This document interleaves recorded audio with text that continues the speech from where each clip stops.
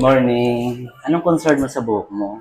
Kailangan ko siyang ipa-tone down kasi nag-dry na rin siya. Then, gusto ko maging darker na siya. Okay. So, bago lang yung ballads mo, no? Yes. Pero hindi ko gawa to, no? Hindi. Saan mo siya pinagawa? Sa Iloilo. Ah, layo pa. From Iloilo. Mm-mm. Okay, so, gagawin natin, chocolate, mga ganon. Okay, medyo dark siya. Dark siya.